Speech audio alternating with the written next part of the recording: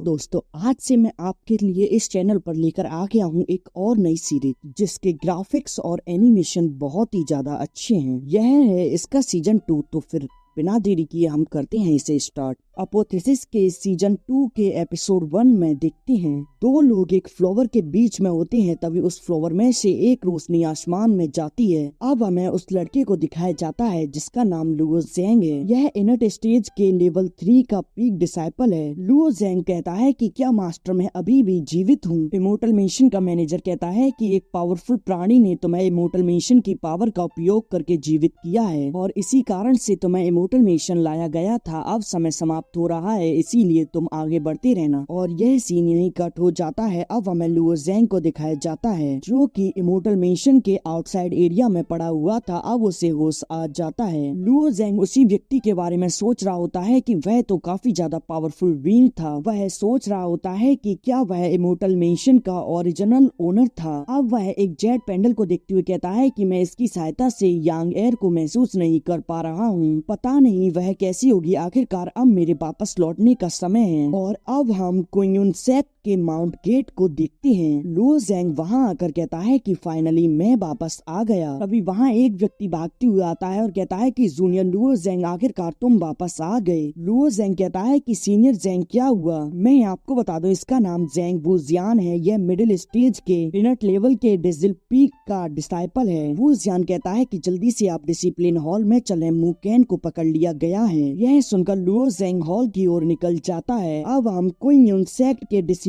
Hall को देखते हैं। अब हम डिसिप्लिन हॉल के डिप्टी हेड को देखते हैं जिसका नाम क्विंग मू होता है। क्विंग मू सोच रहा होता है कि जू के भाइयों ने साजिश रच कर मुकेन को ट्रेजर चुराने के आरोप में फंसा दिया है। ऐसा ही चलता रहा तो वह मुझे भी फंसा सकते हैं। वहाँ हम दो लोगों को देखते हैं जो कि मुकेन पर काफी ज्यादा बेरहमी से मार रहे होते हैं। अब हम जूगे फेंग को देखते हैं जो कि अर्ली स्टेज के इनट स्टेज में है। वह जूगे परिवार का तीसरा बेटा है। अब हम जूगे ये को देखते हैं जो कि जू परिवार का एक डिसाइपल है। वह कहता है कि जूगे कहता है कि डिप्टी हेड क्वीन, तुम मेरे जूगे परिवार का बहुत लाभ उठा रहे हो, परंतु तुम मेरे लिए क्या बस इसे इतना ही तड़पा सकते हो। यह सुनकर क्वीन मू कहते हैं कि मैं समझ गया। वह मुकेन से कहते हैं कि यदि तुम यह स्वीकार नहीं करते कि इसके पीछे लुओ ज़ेंग भी है तो फिर तुम मुझे तुम्हारे लिए कड़ी सजा सुनाने के लिए दोष मत देना। मुकेन उठते हुए कहता है कि मैं लुओ ज़ेंग को कभी भी धोखा नहीं दूंगा। आगे बढ़ो और अगर हिम्मत है तो मुझे मार डालो। मैं आपको बता दूं मुकेन लुओ ज़ेंग का एक सच्चा यानी कि सच्चा वाला मित्र है। और यह सुनकर जूगे परिवार के वह दोनों लोग तो काफी ज्यादा आनंद ले रहे होते हैं। फेंग अपनी पावर का इस्तेमाल करते हुए कहता है कि तुम बहुत बहादुर हो, जैसा तुमने कहा वैसा ही होगा। और अब वह वहाँ लावा में गड़ी तलवार को बाहर निकाल कर मुकेन की ओर पॉइंट कर देता है। वह कहता है कि यदि लुओ ज़ेंग आने से इनकार कर देता है तो फिर समय बर्बाद करने का कोई मतलब नहीं है, अब उसे मार डालो। मुकेन सोच रहा होता है कि लुओ ज़ेंग अगले जन्म में हम फिर से दोस्त बनेंगे। अब फेंग उन सभी शॉट से मुकेन पर अटैक कर देता है, परंतु तभी एक अटैक आता है जो कि मुकेन पर होने वाले सभी अटैक को और वहाँ खड़े लोगों को भी दूर कर देता है। यह अटैक किसी और ने नहीं, इस डांगवा के मेन कैरेक्टर लुओ ज़ेंग ने किया था और इसकी एंट्री तो एकदम धांसू लेवल की है। उसे देखकर फेंग कहता है कि फाइनली तुम आ गए। उन्हें देखकर लुओ ज़ेंग आगे बढ़ते हुए सोच रहा होता है कि कब से यह कमीनी डिसिप्लिन हॉल में निर्णय लेने का काम करने लगे। फेंग क्विंग मू से कहता है कि इसके पीछे का मुख्य अपराधी अंदर घुस आया है, तो फिर आप किसका इंतजार कर रहे हैं। यह सुनकर क्विंग मू खड़े होकर अपने पास से एक ब्रश बाहर निकालते हुए कहते हैं कि लुओ ज़ेंग तुम सरेंडर कर दो। और अब वह लुओ ज़ेंग को एक फॉर्मेशन में कैद कर देते हैं। उसके साथ वुजियान भी वहाँ कैद हो चुका होता है। वुजियान वहाँ बनी उस फॉर्मेशन को तोड़ने की कोशिश करता है, परंतु वह उसे तोड़ नहीं पाता। लुओ ज़ेंग को पता चल जाता है कि यह ट्रू एसेंस को सील करने वाला मैजिकल फॉर्मेशन है। इधर ये आगे बढ़कर मुकेन पर अटैक कर देता है। यह देखकर वुजियान काफी ज्यादा गुस्सा हो जाता है। ये कहता है कि लुओ ज़ेंग तुमने जूगे क्विंग को मार डाला और हमारे जूगे परिवार का भी विरोध किया, तो फिर अब तुम अपनी मौत से मिलने के लिए तैयार हो जाओ। लुओ ज़ेंग अपनी पावर को एक्टिवेट करते हुए कहता है कि जूगे क्विंग ने राक्षसों के साथ साजिश रची थी और इसीलिए वह मरना डिजर्व करता था। था और अब वह अपने एक ही पंच में उस फॉर्मेशन को डिस्ट्रॉय कर देता है। यह देखकर क्विन मू कहते हैं कि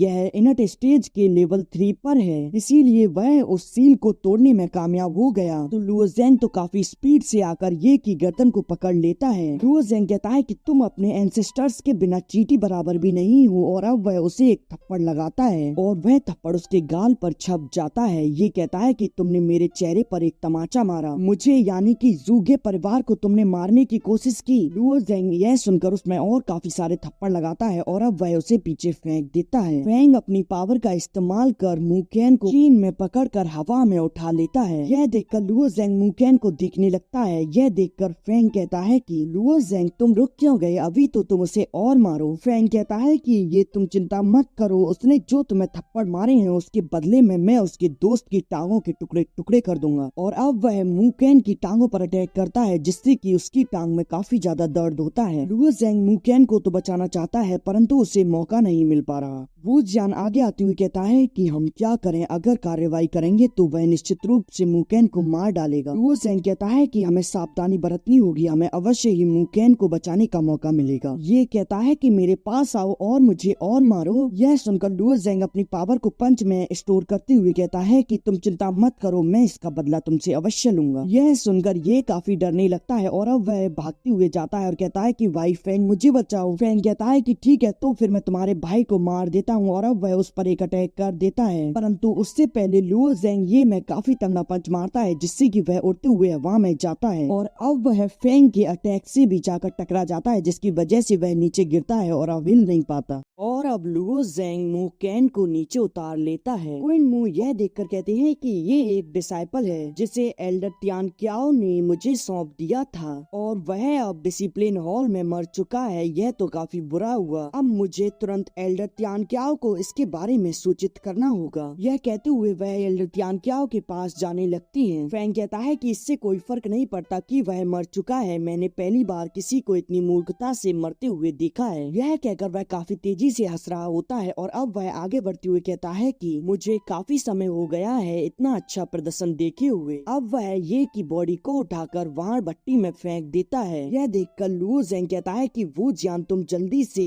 मुकेन को जल्दी से ड्रिजल पीक पर ले जाओ। वू जियान कहता है कि ठीक है, मैं मास्टर सू को जाकर बता दूंगा, और अब वह वहाँ से चला जाता है।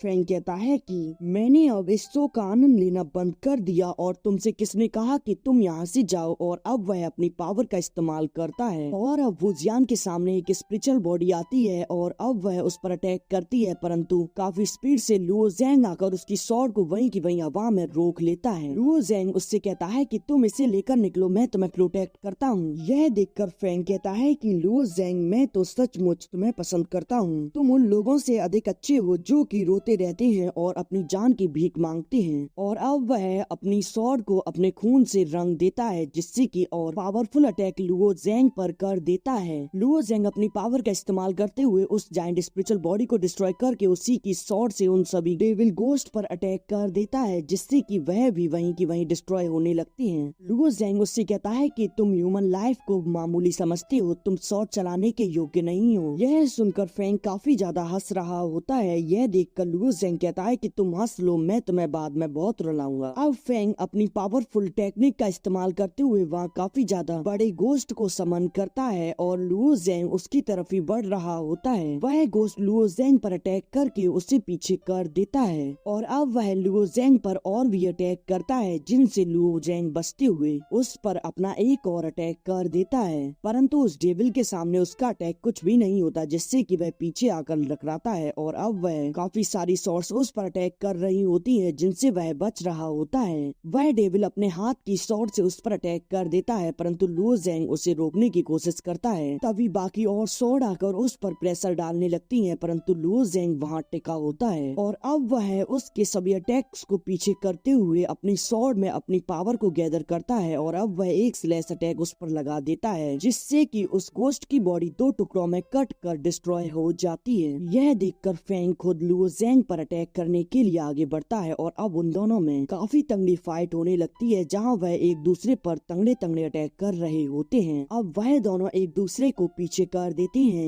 यह देखकर लुओ ज़ेंग कहता है कि फैंग अभी तक तुम्हें अपनी गलती का रियलाइज नहीं हुआ, और अब वह वहाँ अपनी पावर को एक्टिवेट करते हुए वहाँ रखी सारी स्वॉर्ड्स को कंट्रोल करने लगता है। यह देखकर फैंग कहता है कि यह अनकाउंटरेबल स्वॉर्ड यह कैसे हो सकता है, यह तो असंभव है। इधर लुओ ज़ेंग उन सभी स्वॉर्ड्स को कंबाइन करके एक पावरफुल स्वॉर्ड बनाता है। फैंग कहता है कि नहीं, ऐसा नहीं हो सकता, मैं तो एक ट्रू जीनियस हूँ, ऐसा कोई रास्ता नहीं है जो कि तुम मुझे हरा दो। परंतु लुओ ज़ेंग तो अपनी उस जायंट स्वॉर्ड से फैंग पर अटैक कर देता है, जिससे कि वह डिसिप्लिन हॉल से बाहर जाकर गिरता है। और अब फैंग फिर से अपनी जायंट स्वॉर्ड से उस पर अटैक करता है, परंतु लुओ ज़ेंग पीछे हो जाता है। लुओ ज़ेंग अचानक से उसके सामने आकर कहता है कि फैंग अभी सो खत्म नहीं हुआ है, तुम कहाँ जा रहे हो, और अब वह उसमें एक लात मारता है, जिससे कि वह काफी ज्यादा घायल हो जाता है। और अब वह उठते हुए कहता है कि यह सब एक इल्यूजन है, यह सच में इतना पावरफुल नहीं हो सकता। इधर लुओ ज़ेंग तो उसके ऊपर अपनी स्वॉर्ड को रख देता है। फैंग कहता है कि मैं ज़ुगे परिवार का यंग मास्टर हूँ, तुम जैसे तुच्छ मनुष्य मेरा कुछ नहीं बिगाड़ पाएंगे। यह सुनकर लुओ ज़ेंग कहता है कि तुम जैसा कायर व्यक्ति तो मैंने नहीं देखा। यह सुनकर फैंग कहता है कि मैं तुम्हें मार डालूंगा, और अब वह अपने डेविल की पावर को स्वॉर्ड में गैदर करते हुए उससे लुओ ज़ेंग पर अटैक करने के लिए आगे बढ़ता है। यह देखकर लुओ ज़ेंग भी अपनी पावर का इस्तेमाल करता है, और अब वह अपनी उस जायंट स्वॉर्ड से उस पर अटैक करता है, जिससे कि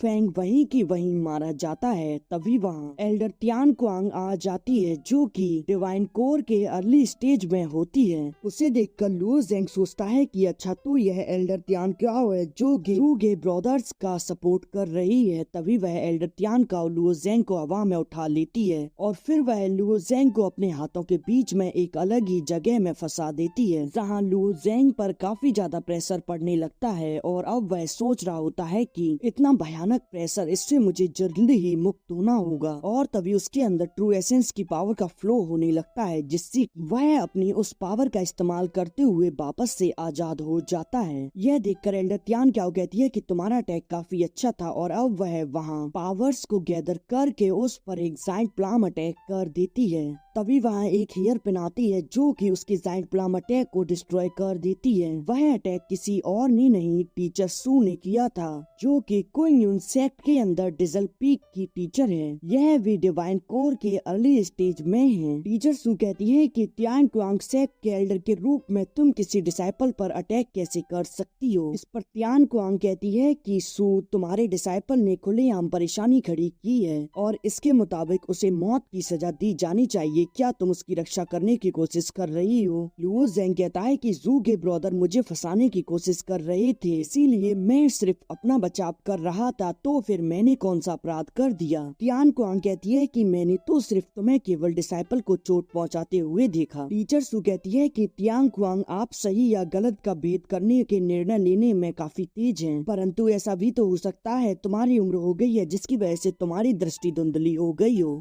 तियान कुआंग कहती है कि तुम मुझे बुढ़िया कह रही हो, अभी तो मेरे बाल भी सफेद नहीं हुए। परंतु मैं तुम्हें बता दूं, क्विंग सेक्ट में हर कोई मेरी एगलेस टेक्निक को जानता है, और सत्य को स्पष्ट किए बिना तुम मेरी निंदा क्यों कर रही हो। और टीचर सू, यह क्विंग सेक्ट है, ना कि तुम्हारा फेंटियान एम्पायर। और अब वह अपनी पावर को एक्टिवेट करने लगती है और कहती है कि तुम अपनी हद में रहो, सेक्ट के नियमों को बनाए रखने के लिए आज मैं तुम्हारे डिसाइपल्स को मार दूंगी। यह कहकर वह उस पर एक जायंट प्लाम अटैक फिर से कर देती है। यह देखकर तभी टीचर सू हवा में आते हुए उसके अटैक को वहीं की वहीं डिस्ट्रॉय कर देती है, और कहती है कि तुम मेरे डिसाइपल को मारने के लिए योग्य नहीं हो। टीचर सू लुओ ज़ेंग से कहती है कि तुम पीछे हट जाओ, और वह ऐसा ही करता है। एल्डर तियान क्या उसके सामने आती हुई कहती है कि मैं 10 बड़े एल्डर में से एक हूँ, और आप तो बस एक टीचर हैं, तुम यह कह रही हो कि मैं तुम्हें मारने के योग्य नहीं हूँ। यह कहते हुए वह अपनी काफी सारी पावर को रिलीज कर देती है। टीचर सू भी अपनी पावर को एक्टिवेट करते हुए कहती है कि तुम बूढ़ी हो गई हो, लेकिन बुद्धिमान नहीं, तुम एल्डर होने के योग्य नहीं हो। और वह अब उस पर अटैक कर देती है, जिससे कि वहाँ काफी बड़ा ब्लास्ट होता है। टीचर सू अपने वेपन को स्वॉर्ड में परिवर्तित करते हुए उस पर अटैक करती है, परंतु तियान क्याओ तो उसके अटैक से बचते हुए उसे पीछे कर देती है। एल्डर तियान क्याओ गुस्सा होती हुई कहती है कि तुमने फिर से मुझे बूढ़ा कहा, आज तो मैं तेरे चेहरे को ही खराब कर दूंगी। परंतु टीचर सू तो वहाँ से काफी आसानी से गायब हो जाती है। और अब टीचर सू कहती है कि तियान क्यांग, ऐसा लगता है कि तुम वास्तव में एक एल्डर के रूप में अपना पद नहीं चाहती। तियान क्यांग कहती है कि लड़की, तुम मुझे व्याख्यान देने के लिए योग्य नहीं हो। और अब वह उस पर अपने जायंट प्लान से अटैक करती है, जिसे कि वह आसानी से डिस्ट्रॉय कर देती है। और अब अचानक से सू के पास तियान क्यांग आ जाती है और अब वह उस पर अटैक कर देती है, परंतु टीचर सू तो उसके अटैक को रोक लेती है और यह एपिसोड यहीं एंड हो जाता है।